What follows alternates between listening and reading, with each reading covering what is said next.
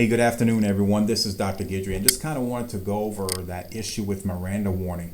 There's always a lot of questions of when are police officers required to issue a Miranda warning. Some folks believe it's prior to making an arrest, and that is really the going rule. That's what a lot of people believe, and that's attributed to kind of that Hollywood, CSI type effect where police officers should Mirandize somebody before effecting an arrest. That can be very difficult because I know if you were Mirandizing me prior to putting cuffs on me, I'm going to probably try to run away at that point, depending on how many police officers are around me, right?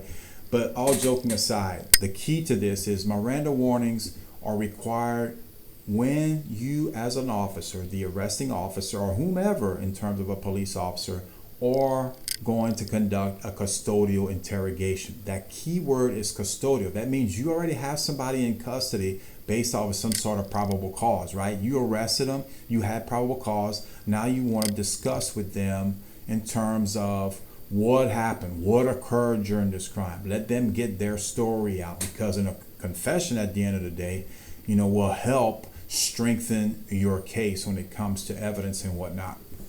But in the grand scheme of things, you're only required to give Miranda when you conduct a custodial or prior to conducting a custodial interrogation. Excuse me, I couldn't get that out of there.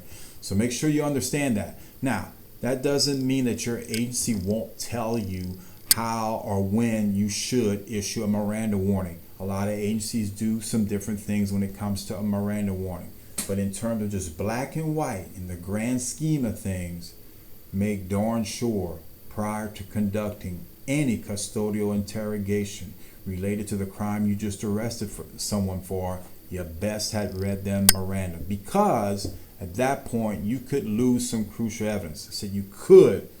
Just because you don't read somebody Miranda doesn't mean that we're just going to toss out evidence. But it can get tricky. You question somebody about a crime and they start confessing about that crime or giving you evidence related to that crime, whatever that is, and you didn't Mirandize them and you already got them in custody, and at that point you could lose some of that evidence, which would not help your case one bit. So be careful with that. Always recommend follow your policy and procedure as outlined by your agency. But again, when we're just talking about specific terms in black and white, when it comes to Miranda, make sure prior to conducting a custodial interrogation, you Mirandize that individual. It's their rights, and you as an officer of the law are bound and accountable for ensuring that that person is afforded their due process that you just arrested. And that's why Miranda is important. Thank you, and please feel free to comment.